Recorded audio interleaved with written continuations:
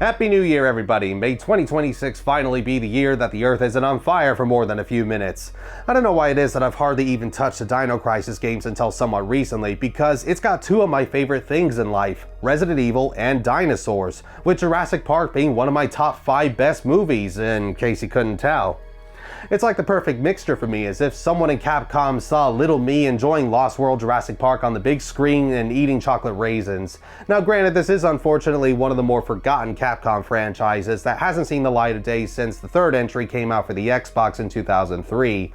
But if there's any franchise of theirs that really deserves another title at this point and is well overdue, it's this one. Our old pal Shinji Mikami came in to direct and produce the original Dino Crisis, released in 1999 for the PS1, with the Dreamcast and PC versions following a year later. He and his team wanted to make a spiritual successor to Resident Evil, but remove the fantasy elements and create something more real. In a game where dinosaurs use a device to travel from the past and into our present world. Yep, way more realistic. They didn't just want to make another survival horror game, however, so instead introduced the concept of panic horror. Survival horror on crack, I think. It's kind of a broad term in my opinion, with Mikami describing Resident Evil as horror in the funhouse, and Dino Crisis as being similar to riding a roller coaster. I wouldn't say that's entirely accurate, but I get the idea that panic horror means a more hardcore experience compared to Resident Evil, which had its share of creeps and jeeps, though could be pretty campy at times too. Now, Dino Crisis games have their own cheesy moments from time to time, but I guess it's less so here than what we're used to. Once more, we're investigating a facility and solving puzzles without much guidance, only instead of dealing with zombies, we've got dinosaurs in the way, and in a brand new engine where the environments are now in full 3D, unlike Resident Evil, which had pre-rendered backgrounds. This in turn also allows for more dynamic camera angles and occasionally follows the main character, Regina. Code Veronica was the first of the Resident Evil games to do this, but technically Dino Crisis did it first. You can also tell this was the really early days of QuickTime events as well, because once in a while the game prompts you to mash a load of buttons in order to get out of a dangerous circumstance. And that's not me exaggerating either, the manual literally says to keep pressing a set of buttons. I hate to say it, but Shenmue actually did this better, and that came out the same year. Mikami's intent for the 3D spaces was to create more cinematic action and drama that would have been a lot harder to do without, but limitations with the PS1 of course became a bit of an issue. In fact, there was originally supposed to be a jungle area that needed to be scrapped because the console simply couldn't handle it. They ended up having to wait until the next game to properly implement it. Be it 3D or pre-rendered, however, Dino Crisis is just as claustrophobic as Resident Evil to really rack up the nerves whenever dinos appear, though annoyingly the 3D environments do make it very hard to play original copies on more modern TVs, especially through HDMI. I use a Rad2X cable powered by RetroTink as I went through during my PS2 video, but this is one of the best HDMI cables you can get for the PS1 and 2, yet I kept running into this issue where every time I wanted to swap between gameplay and menus, it would go black for a couple of seconds, then show me what's going on. The reason for this is because the gameplay and menus are in different resolutions, which is nothing new for Capcom horror titles. They've been doing this since the original Resident Evil, but quickly swapping analog signals and converting them to digital is not always quick or easy for HDMI upscalers to do. With the classic Resident Evil games though, my Rad2X usually has no problem seamlessly swapping resolutions, and I think part of that is thanks to the pre-rendered backgrounds, because Dino Crisis 2 doesn't have 3D environments, but I've never had any issues there either. The first Dino Crisis is one of the few times where the Rad2X really struggles, and I don't think there's any way to fix that. What I found to be the best budgeted way to play the PS1 original on a modern TV is through a SCART to HDMI adapter, which solves the black screen issue, but now you have to put up with a little bit of flickering whenever you go into the menus. So if you are gonna play on the PS1, find a suitable CRT TV, or just save yourself the money and hassle by simply purchasing either the PS5 re-release, which is based on the PS1 version, or buy the PC version through GOG, where you can also obtain Dino Crisis 2. The PS5 port I would say is a great one for first timers, because there you have the option to rewind your game, an absolute lifesaver for reducing backtracking if you find yourself going the wrong way. The downside with this version, however, is that you may still need to put up with the game's original D-pad setup for movement. Dino Crisis came out a good 3 years after Resident Evil, but for some reason the D-pad is used to control Regina when both Resident Evil 1 and 2 had DualShock versions already out by this point. Oh, you can use the analog stick to move with the PS5 release, but the problem is that you still don't get 360-degree movement. What it basically does is map each of the D-pad's 8 directions to an analog stick, which isn't nearly as accurate. You know how playing Mario 64 DS on a 3DS doesn't really fix the control issues despite using the circle pad? It's like that. The PC version, on the other hand, while not having a rewind feature, does allow for proper analog control, and if you use the Dino Crisis Rebirth mod, you can even put the game in widescreen, although the FMVs do get stretched as a result instead of being at a 4:3 ratio. There are more ways to play this game nowadays anyway, which is good because getting an original copy can be very friggin' expensive, and Dino Crisis 2 is even worse. My dumbass couldn't resist getting them though, because I'm a whore for collecting retro games, and in my defense this was before we got the re-releases on PS5 and GOG as well, so when they did show up I was like, god damn it. Sorry, I went on a really big tangent there. What was I gonna say next? Oh yeah, the big difference between the dinosaurs in Dino Crisis and the zombies in Resident Evil was the AI. Zombies in Resident Evil were mostly pretty dumb and slow, and it wasn't until you came across creatures later in the games did the tension raise. The dinosaurs, on the other hand, are way more aggressive, hurt like goddamn bulldozers, and are a lot smarter to the point of being able to follow you into another room, breaking an unwritten rule from Resident Evil where door transitions meant you were safe from danger. Not here. Unless it's a save room or somewhere needed for story progression, there's a chance that a dinosaur will already be on the chase, and the most you can do is either keep running or use some ammo to finally waste them. But you've got to be really careful with your ammunition because it's even harder to find than in Resident Evil, and when you do acquire some, it takes a lot of bullets to take down just one dinosaur, unless it's the compies. You've also got to bear in mind that dinosaurs eventually respawn after some time. I'm not really sure what triggers it, maybe once you hit certain parts of the story or there's some invisible clock. Let me know if you have the answer to this, I genuinely want to figure it out. And yet these dinosaurs didn't quite turn out the way Mikami hoped for, to which I say fucking what? But also, the North American version of Dino Crisis apparently has more dinosaurs roaming around compared to the Japanese version. Wouldn't it usually be the other way around? The Japanese do like a challenge. By the way, I am sorry for already comparing this game so much to Resident Evil, and just a heads up, I'm going to be doing it a lot more as the video goes on, but it's practically impossible not to with how similar yet different they are to each other,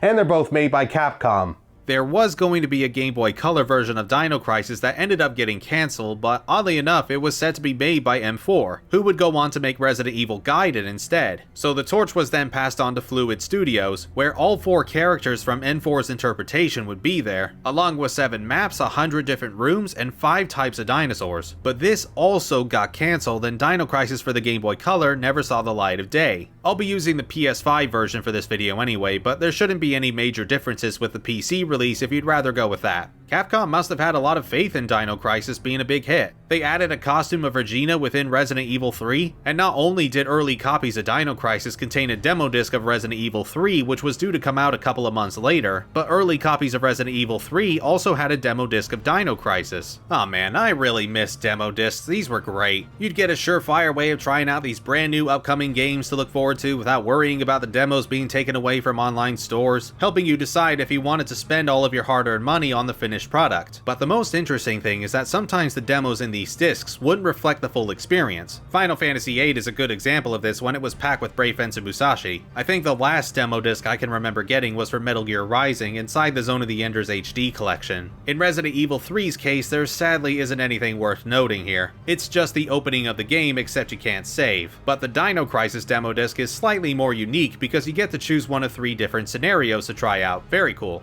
Being a Capcom horror title, however, also means that we're likely going to get a ludicrous story to tie everything together, and a whole bunch of B-movie shenanigans to ensue, so let's talk about that first before we go any further. The year is 2009 on Ibis Island, where Dr. Edward Kirk was presumably dead for 3 years after a tragic accident with his latest illegal experiment. He was found still alive by an agent disguised as a researcher named Tom, who works for the Secret Operation Raid Team, or SORT, an acronym as dignified as STARS. With that knowledge, SORT send another 4 agents, 3 agents, to detain Dr. Kirk before anything goes further. Our leading lady is Regina with her token black friend Rick, who amazingly doesn't die in this game, and the token stern leader Gale. When they get inside the base, they see the discarded remains of the workers there, whether it's a pool of blood or half a body left behind that only gets a minor reaction out of them. That's disgusting. Huh, you don't see that every day. You want to check out the cafeteria? I'm kind of in the mood for some tater tots. Nah, it doesn't take long for the characters to find out that it's dinosaurs who killed everybody, as Regina gets attacked by a velociraptor. So now Sort not only have to find Dr. Kirk and arrest him, but try and avoid the dinosaurs while perhaps figuring out the cause of the problem. Most of the story from here onwards is Regina and the other agents communicating with each other to call for outside help. Though eventually we and Rick do run into Tom, who's only barely alive, but not for much longer before he fends off another raptor so that we can escape. Apart from that, Regina will run into a T-Rex a couple of times that attempts to eat her, but a few shotgun shells to the face scares him off. Yes, Regina, stand close to the big hole the T-Rex just made in case you want to be chomped on faster. It's not until a fair bit into the game that we finally do come across Dr. Kirk and get him to cooperate when held at gunpoint, but as a helicopter arrives to pick everybody up, the T-Rex comes back again to destroy it, forcing us to retreat while Dr. Kirk manages to run away from the group. Deeper into the facility, Regina and Rick discover what looks to be some sort of time portal that allows the dinosaurs to move from their time to ours, and after a little bit longer, Dr. Kirk is found once more with Gale pointing the gun right back at him. He reveals that the portal comes from this third energy technology, which originally was going to be an alternate clean source of energy that has since gone haywire, but with this, Dr. Kirk discovered space pockets that lead to different timelines. He plans to do something with them, it's never really explained, or at least not in great detail, but the man's a lunatic who's willing to kill people and let dinosaurs roam the earth again for his experiments, so that's reason enough to stop him. He tells Regina and Gale that a stabilizer and initializer are needed to overload the base's reactors and blow everything up, which after trudging through more dino-infested areas, we succeed in, but the violent shaking afterwards causes a vent to fall on Gale, leaving Dr. Kirk free to escape once more. Our next stop is to head for a waterway where we can finally leave, but Gale's insistent on going after Dr. Kirk, while Rick says we should just ditch him and save our own skins. This is the point where you can choose one of 3 endings based on whose plan you decide to go with, though every one of them does end with a final encounter against the T-Rex, whether you're running away on foot and shooting at the right time, or he's chasing you on a watercraft / a moving platform. Choosing to go with Rick's plan and heading straight for the watercraft involves Gale being knocked out and leaving Kirk for another day, and the T-Rex is beaten by Rick firing a rocket at a fuel tank which explodes the entire facility along with the third energy generator, wiping out all of the other dinosaurs as well. In the second ending, by choosing Gale's plan, you find him and Dr. Kirk in another room, where Gale reveals that the mission wasn't just about retrieving the good doctor, but the third energy data too, though he dies soon after because of the wounds from earlier. Kirk laughs about it, Regina gets a good thwack in, they all get to the hovercraft, the T-Rex wants to play in the water and swims like he's got a turbine up his backside, you blast him with a few rounds and Regina throws a grenade into his mouth and blows the T-Rex and the base sky high. We're not done yet though, because there's actually a third and fourth ending you can choose to get. Both are activated the same way by first going through this one level A door during the endgame in order to locate a helicopter for everybody to fly away in. The only difference between choosing Rick or Gale is that with Rick, Regina finds Kirk trying to leave by himself, but knocks him unconscious and the T-Rex destroys the watercraft. Gale's route, on the other hand, just has Regina tell him and Kirk that she's found a helicopter. Everybody gets out safely in both endings anyway, and the T-Rex battles aren't any different regardless of who you pick, with the final CG cutscenes also being shared between the two. No matter which ending you acquire anyway, Regina gives a brief report of everybody's status, and that's it. It's a little more complicated than Resident Evil, but the story of Dino Crisis isn't too difficult to follow, and let's face it, the details don't really matter. The main thing is that dinosaurs are running amok and you have to resolve the issue while not being Dino Chow. Sure, it's nice to know how these dinosaurs came to be and have someone to blame for it all, but it's added flavor to an otherwise already fantastic premise of a survival horror, only the zombies are carrying a lot more teeth. In the PlayStation version, you also get one of 3 costumes every time you finish the story. Beating it once gives you the Army and Battle costumes. The Army one reminds me a lot of Rebecca Chambers' attire from Resident Evil 1 and 0, but it suits Regina pretty well. The Battle one is, alright. Looks a bit messy, which I know is the point, but could have been made stylistically messy. The last costume you can get is the Ancient one by completing the game twice. Not too crazy about this one either, but I like that the weapons change to different sized bones at least, that's kinda cute. The PC version gives you all of these costumes right from the get-go, so at that point just play the game once and never again, unless you want to unlock the infinite grenade launcher on either version by seeing 3 endings in one save file. The game will only take you maybe 4 to 6 hours depending on how good you are with the puzzles, so repeat playthroughs are certainly doable, but the problem is that you can't skip cutscenes even after finishing the game once. You're simply forced to watch them unfold again, and that can be a bit annoying. The dialogue and acting is your standard Capcom cheesiness, but there aren't as many memorable lines as the Resident Evils have. Not that it doesn't have any, mind you. I already mentioned that bit where Regina's so blasé about a mangled body, but there's this part too. When you're rescuing Tom, you get to an elevator and all Rick says is, "This is just like that movie."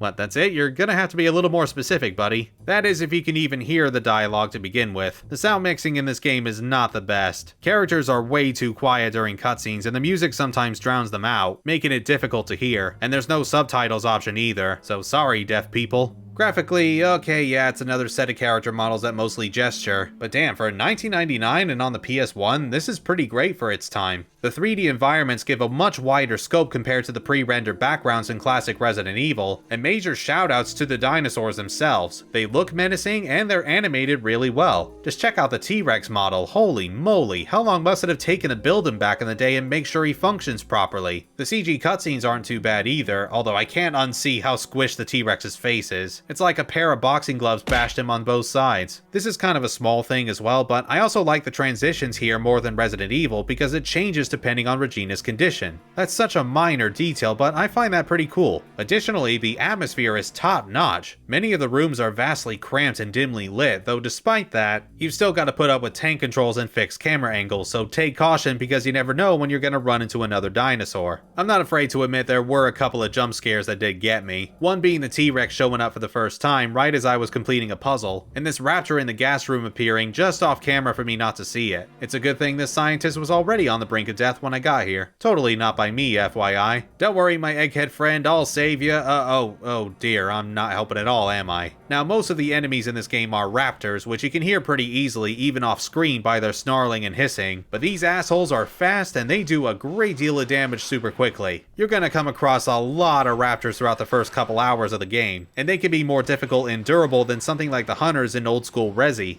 To bring that point further, the variety of dinosaurs in Dino Crisis is surprisingly lacking. Sure, you'll run into a couple of rooms with a family of Compsognathuses. Is that the plural? Who cares? Just call them compies. It's way easier on the tongue. Pteranodons are here also, but again, only in 2 outside areas, and one of them has more significance than the other. We've got the Therizzinosauruses that are your typical late-game enemies who are a bigger threat than the rest. Raptors eventually get upgraded to blue and red types that can take more hits, and of course you have the T-Rex show up from time to time. I wouldn't say he's necessarily the nemesis of the game, but he is the huge monster that frequently stalks Regina, and you have to keep defending yourself before the endgame where you defeat Rexy in one final shot. The climaxes against the T-Rex are great from a visual standpoint. Alright, waiting for the indicator to pop up during one of the endings is a bit lame, but the watercraft and platform chases look spectacular. You're going at Mach speed here and the Rex is still not having any trouble catching up. Yet moving that aside, the battles themselves are pretty damn easy. The game gives you the ammo you need before this fight, and that's great and all, but the amount of firepower the T-Rex can take isn't very much. Ironically, this is the only time I wish the game did put up more of a challenge. Having to deal with the other dinosaurs and puzzles is actually more difficult than the T-Rex, even with his instant death bite.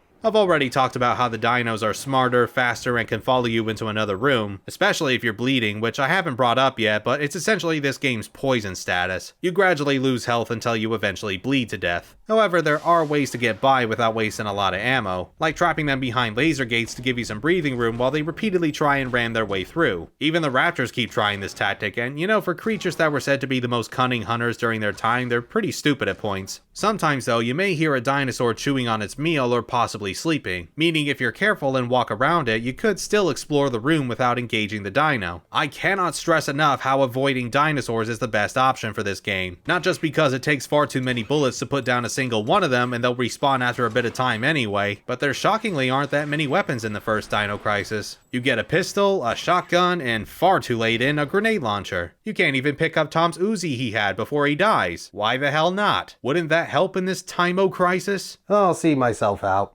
It's even worse because there's a small chance that a dinosaur can knock the gun out of your hands and you need to pick it back up again, which is even more panic-inducing. Is it possible to lose them permanently if you go to another room? I actually don't know. Put it in the comments if this has happened to you. Shooting in general works about the same as Resident Evil with its auto lock-on, and Regina unfortunately plants her feet in the ground like the characters in those games, but when she isn't firing, she's actually able to move while aiming. It is rather slow, so it's still not an ideal way of dodging attacks. They do a better job with this in the second entry, but it's better than nothing, and I appreciate the addition. That said, Dino Crisis doesn't recommend that you use weapons regardless due to how easy it is to run dry on ammo. Maybe once in a while you'll find some more on the ground or underneath movable objects, but until then, your most reliable option is to empty out these emergency boxes, basically replacing the item crates from Resident Evil, each carrying all sorts of supplies depending on the color of the box. This means that not all of them connect to one another, only if they're of the same color, and even then you need to unlock them first by using a number of plugs that you can find in hidden spots. Sounds more convoluted than I'm making it out to be, but it's really not all that bad and will nevertheless save your neck when stocking up on health and ammunition. I know that it's really hard to break the habit of just shooting whatever you see to give you a bit of peace and quiet, but trust me when I say conserve your ammo when you can. Or at the very least use darts that you can mix in the menus to temporarily put the dinosaurs to sleep and allow you to get away. Though speaking of mixing, I want to talk about menu navigation in this game real quick because it's honestly a bit of a mess and not the most efficient. Mixing could have easily functioned the same as combining from the Resident Evils, and there's no way to tell what you're even going to make or how useful it is until the mixing's already been done. And modifying weapons once you get new parts for them is not explained well in the slightest. You have to equip the gun you want and then select the upgrade for it so that they can fuse. It's also a bit inconsistent as to whether or not the game will automatically detect you have the required item to complete a puzzle like a key card, or if you have to manually go into the menus and select to use it. Especially with my first playthrough, that's led me to running around a lot for no reason when in reality the solution was right in front of me. But according to the game, I wasn't solving the puzzle the way it wanted me to. What a picky bitch. Well, it isn't all just point and click adventure style puzzles anyway. A bunch of them simply need you to find codes and passwords to access something like a safe containing a key item, or perhaps one of the many code and input discs that you need both of the same letter to unlock particular doors. So if you want to get through door H, you need a code disc and an input disc with the letter H. But that's not all, because you then have to type in the correct password based on the hint above, and that changes over the course of the game. It starts simple enough, like removing certain letters or converting numbers to letters based on the alphabet. Hell, you may even be able to work out the answer just by looking at the jumbles of letters and thinking of different possibilities. No joke, the last door with these passwords is the entrance to Dr. Kirk's office, and the answer to this one is Dr. Kirk.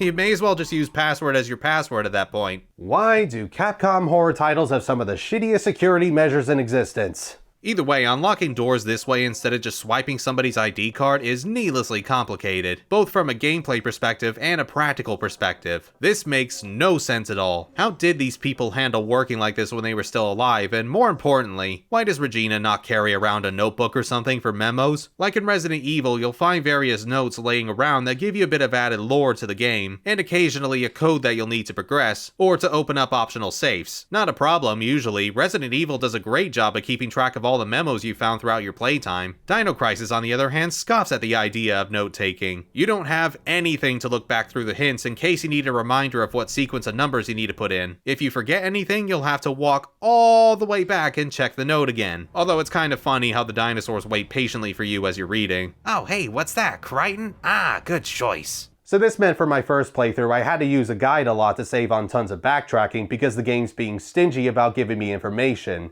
You know what I decided to do the second go around? I had to write it all down.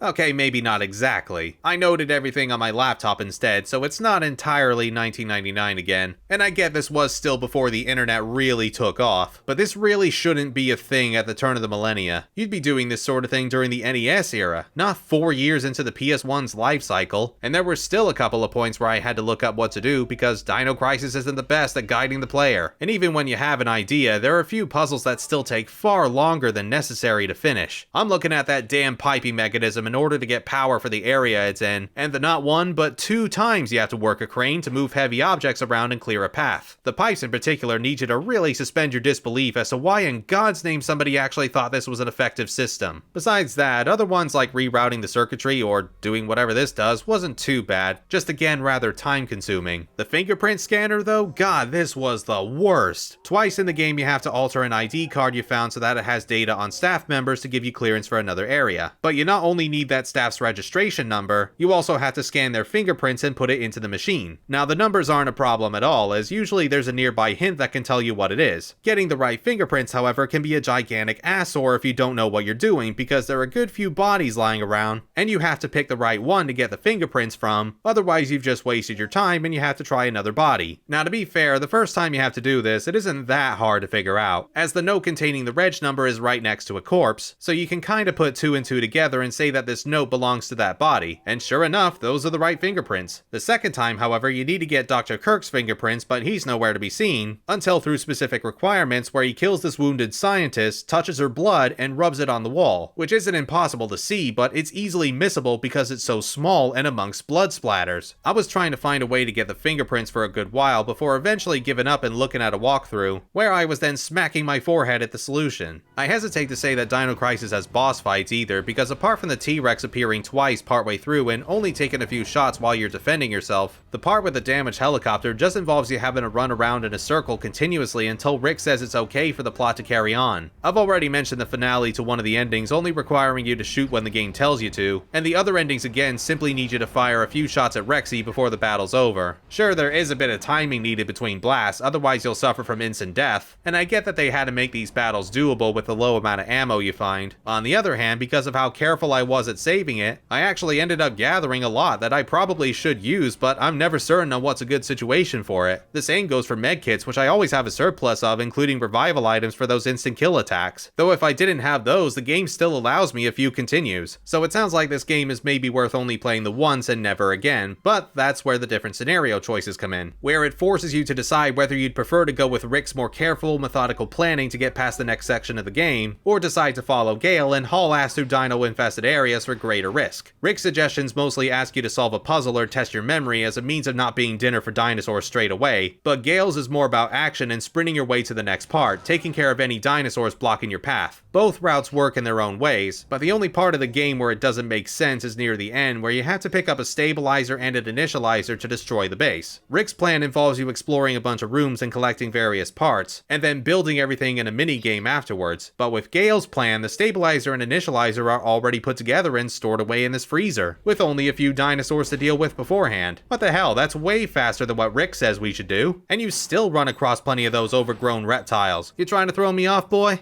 Definitely recommend doing the latter to help you unlock Operation Wipeout mode by finishing the game in under 5 hours for the PS1 version. This is essentially the Mercenaries mode of Dino Crisis. You need to kill a number of dinosaurs in a certain amount of time. I didn't play this for very long. Even in old school Resident Evil, I'm not the biggest Mercenaries aficionado, but if clearing the main campaign 3 times for infinite grenades somehow wasn't enough for you, there's a little extra if you want to partake in it. And like with the costumes, the PC version already gives you Wipeout from the start. This is a rather tricky game to judge for me because I absolutely love the concept of combining Resident Evil with dinosaurs. Hell, just saying that makes it sound like the coolest game ever. And when its ideas work, they really work, but it is also a rather flawed game. I know I mentioned a fair few negatives about Dino Crisis, but despite that, I still think you should play it. It's truly hard to describe how great and unique it all is when it wants to be, and it would be amazing to see this series come back one day and try again with its panic horror elements, but I can't deny that the issues do bog it down at least a little bit. Dino Crisis is not a game for everyone, and I would definitely say that the Resident Evil titles are far more accessible compared to this, but if you do feel like they're too easy at points, you'll for sure find this more up your alley. Dino Crisis feels like a game catered towards Resident Evil veterans, which is good for providing an increased challenge, but not so good to those who just wanted a fun horror-based dinosaur game. There are some really great moments to be had for sure, and at the very least it's cheap on both PS5 and GOG if you want to try it. Just don't expect it to be a walk in the Jurassic Park. Alright folks, I think I'm going to stop the video here for now. I was originally going to talk about Dino Crisis 1 and 2 at the same time, but I've already gone on for way too long here, so I'm going to leave Dino Crisis 2 for another day and instead continue my Prince of Persia marathon in the next video with The Sands of Time. Sorry to those who wanted me to do both Dino Crisis titles at once, but I've already done my fair share of long content lately, so please give me a break here. With that said, thanks everybody for watching, stay safe, stay healthy, once again Happy New Year, and take care of yourselves. I'll hopefully see you later. Hey everybody, hope you had a good Christmas. I managed to catch a cold throughout the last couple of weeks, which hopefully doesn't come across that way in the video, so you know what will make me feel better? You liking the video and subscribing. Thank you very much. Also be sure to become a patron for only $1.20 a month if you want extra goodies like 48 hours early access to these videos or your name in the top left corner.